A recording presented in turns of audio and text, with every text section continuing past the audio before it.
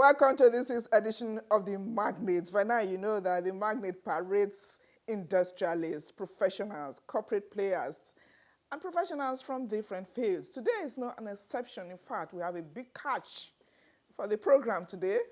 My Lord, as you will say it. Yes, today we shall be bringing to you an Amazon, somebody who has lived in the law profession. She breathes it.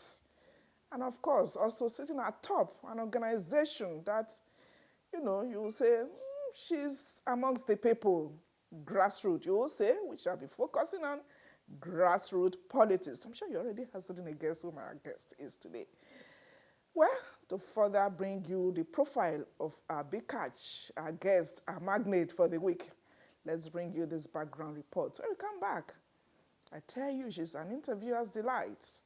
Join us shortly.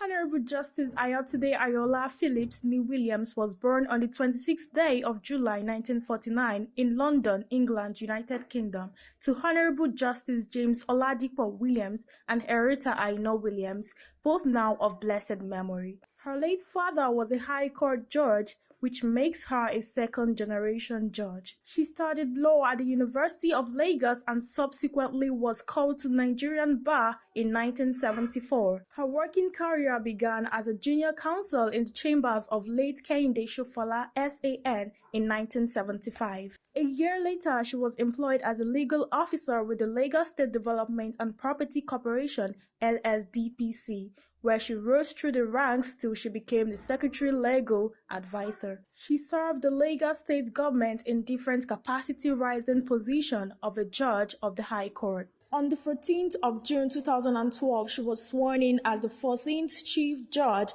and 4th female judge of Lagos State. Her ladyship retired from the High Court bench on the 26th of July 2014 on attainment of the statutory retirement age of 65 years. She served the Lagos State government for 38 years, out of which 20 years were spent on the High Court bench. Apart from her love for the law, she enjoys singing, reading, cooking, listening to good music, dancing, watching movies, and traveling. She also has passion for gadgets and loves exploring the beauty of modern-day technology. She is also a member of the Chartered Institute of Arbitrators UK, a fellow of the Nigerian Institute of Arbitrators, regional chair of the Nigerian Conflict and Management Group, member Board of Trustees Association of Multi-Door Court Houses of Nigeria, and member of the Board of Directors of Lagos Court of Arbitration. On the 29th June 2016, she was sworn in as the chairman of the Lagos State Independent Electoral Commission (LASIEC), and in May 2017, she was elected as a member of the FIFA Ethics Committee Adjudicatory Chamber. She has children and grandchildren. This is the Magnate. We are reaching you from the office of the Executive Chairman, Lagos State Independent Electoral Commission. Come with us. Let's join her for an interactive session. It's my great pleasure to welcome to the program Honorable Justice Ayotunde Phillips. Thank you very much for coming, for joining on the program. She is the Executive Chairman of Lagos State Independent Electoral Commission. Thank you again for joining us. Thank you for inviting me. Now, researching about you on this program, we just observed that you have breathed law, you have lived in the law profession and all that. Beyond your dad encouraging you to take on that profession, have you been fulfilled in practicing it over the years? And what motivated you? What was the drive? Yes, I have. Thank you very much. That's a question I've not been asked before. So that's nice. Yes, apart from my father convincing me, when I qualified, when I passed the law degree, I went to the law school, and we were doing the practical part of the law. I then discovered that what we studied in university is totally different from the practice of the law. And the practice of the law is more interesting than the studying of the law. More exciting. More exciting, more fulfilling. I mean, like, I used to feel a rush whenever I was drafting agreements or looking at precedents and trying to marry the precedent with the facts at hand. So that's when my interest really developed. And I knew that I would like very much to go into the practice of the law. as opposed to being a solicitor.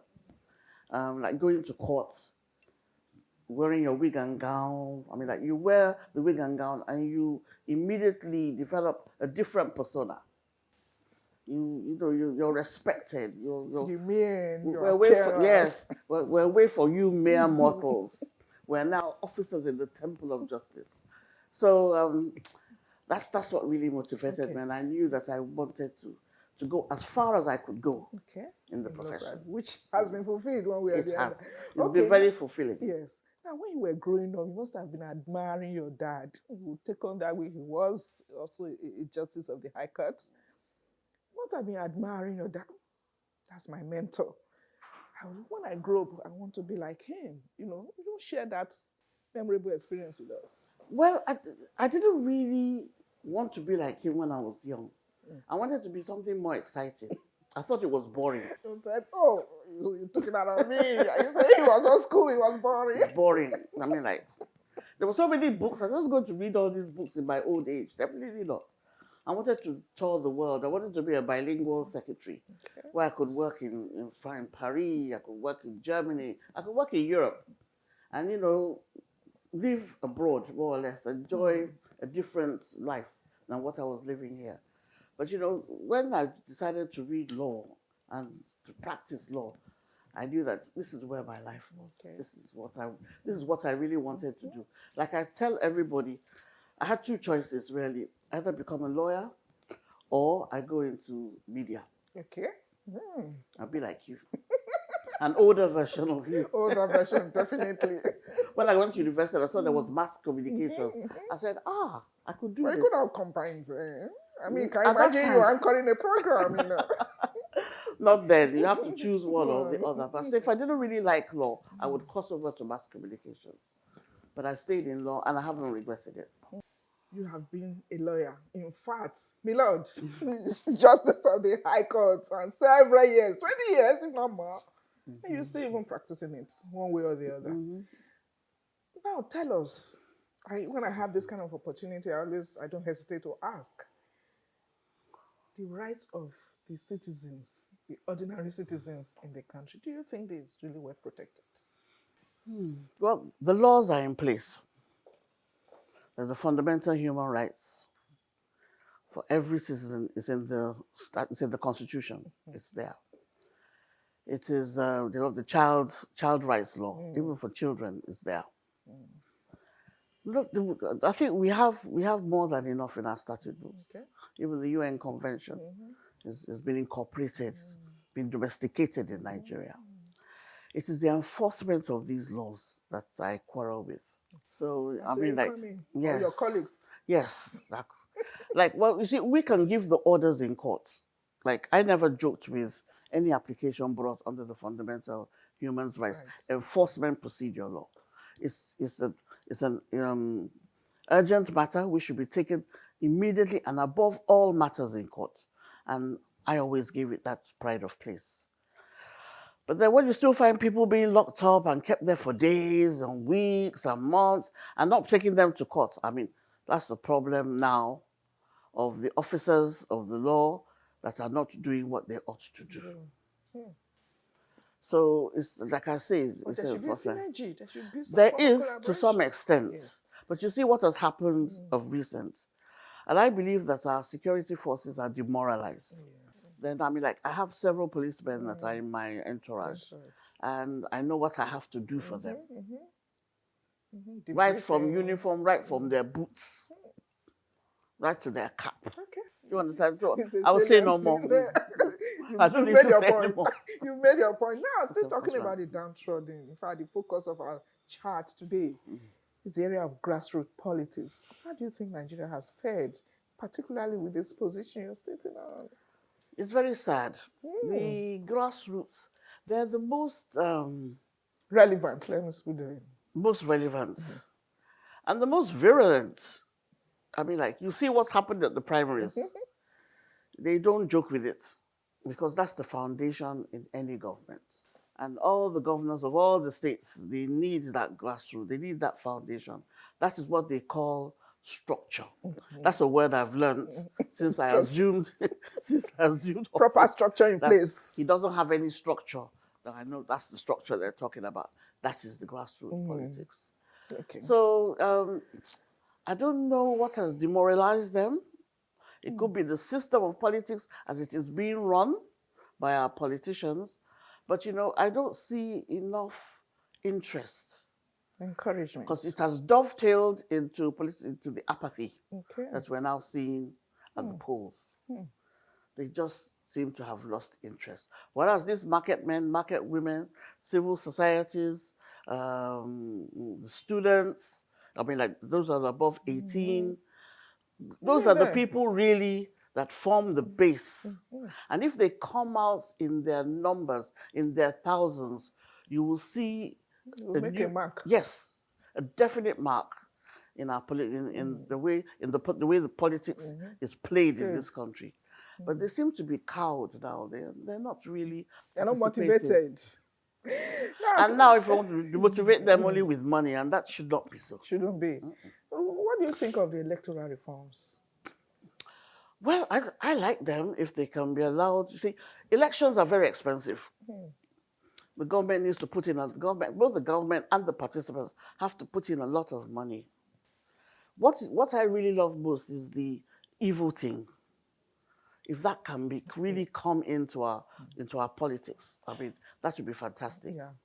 No life will be at risk. No life will be at risk. You can sit in your home.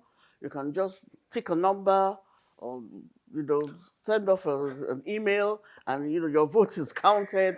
But what would they allow it to be? Ah, well. You should be in the position to say that. That is the $1,000,000 question. This is the Magnate. I told you she's an interview as delight. In fact, because she has interest for media, she might as well take my job from me now. I'm too old. You're lucky. The Magnate is still the program. Let's go for a breather. We'll be back to continue with this interactive conversation. Welcome back. It's the Magnate, and we are chatting, conversing with Honorable Justice Ayotunde Phillips, the Executive Chairman of Lagos State Independent Electoral Commission. Thank you very much for joining us. Thank you. Now, earlier on, you alluded to the primaries. What exactly is your role? Your role is to conduct elections, but does it extend to the primaries where they have to appoint candidates or elect candidates? Pardon me, word appoint. I was going to correct you. In fact, it just came out of It's an election, not a selection. I'm sorry. To elect candidates, what's your role? What's last year's role in that? Our role is simple. We just observe. Oh, really? Oh, yes. We cannot interfere.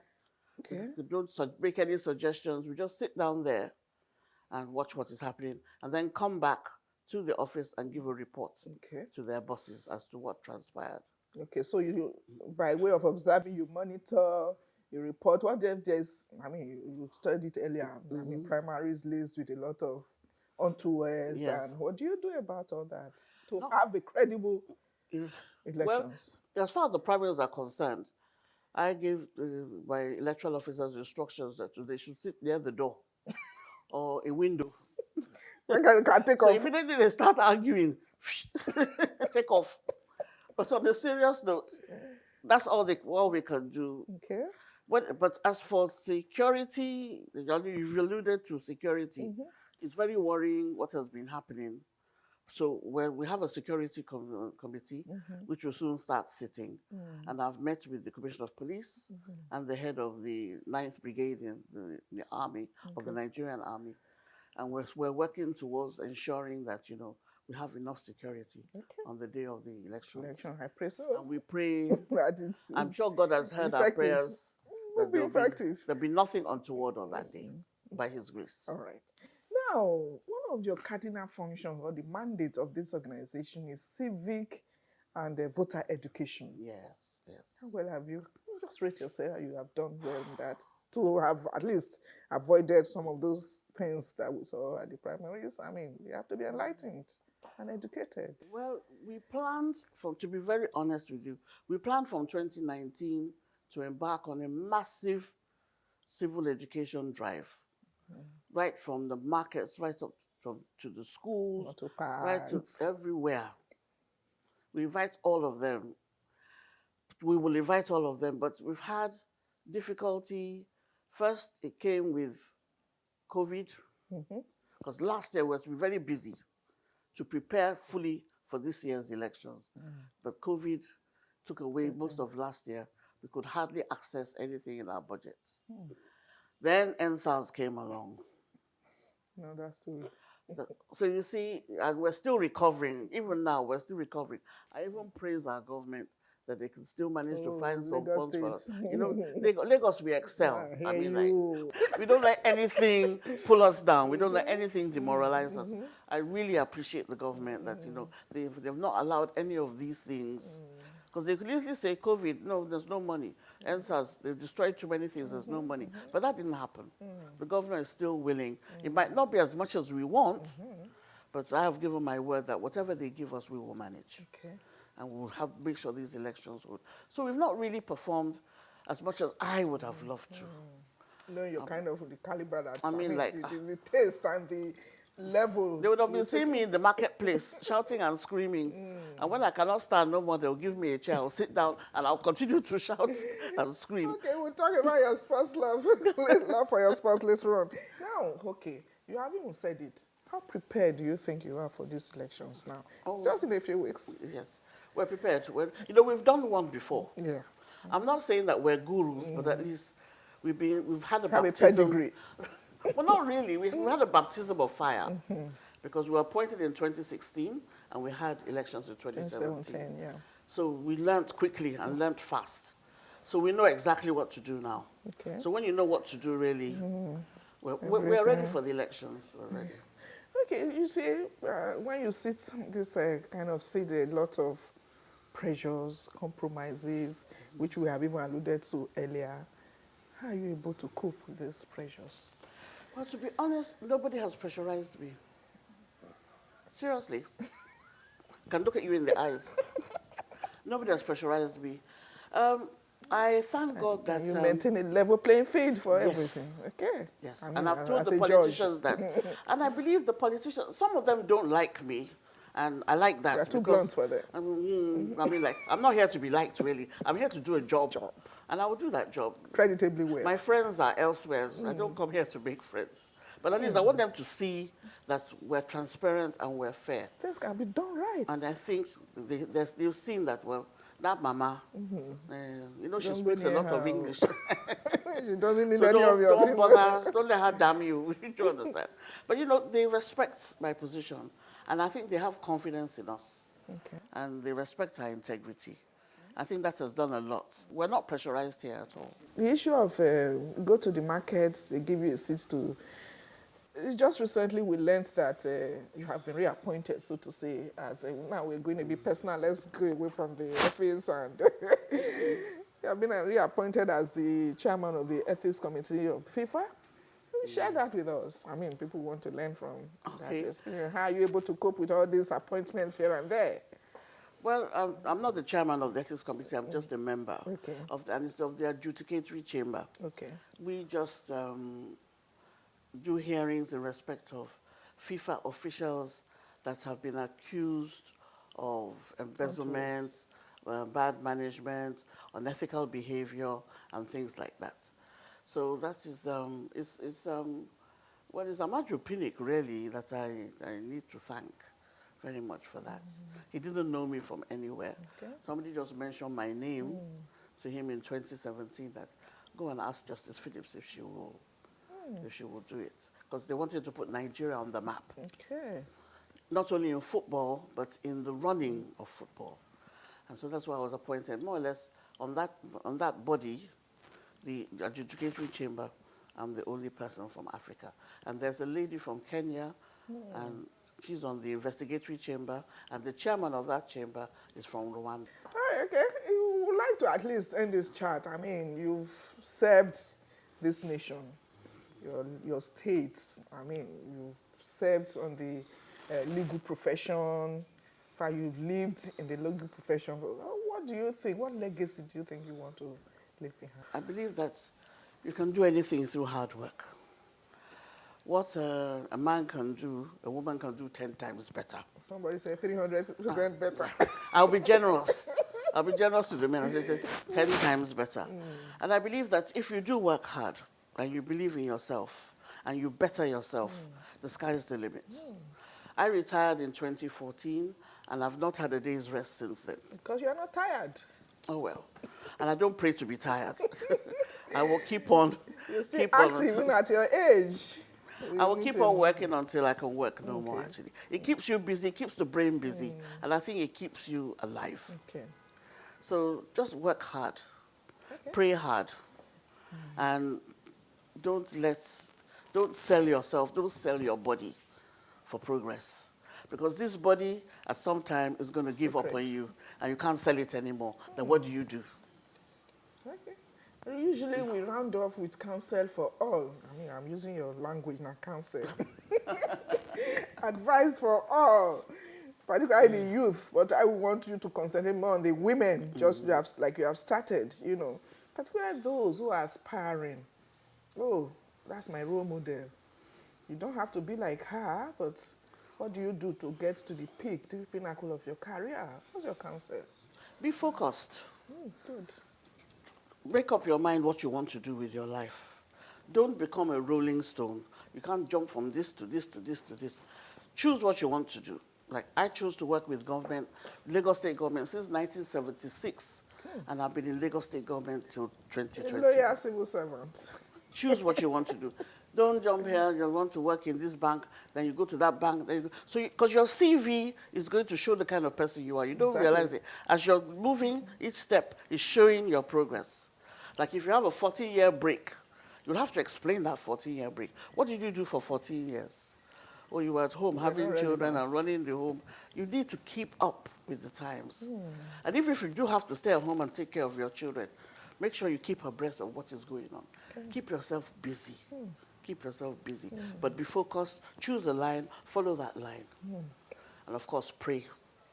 Thank you very much. Can't thank you enough. I told you, interview has delight. I've enjoyed myself and I have been mentored.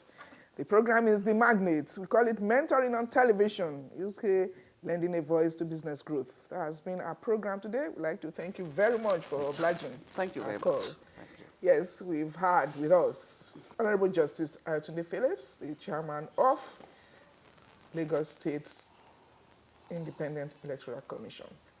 If you liked what we brought to you today, rest assured that next week is another date. We'll bring you another professional. Until then, bye for now.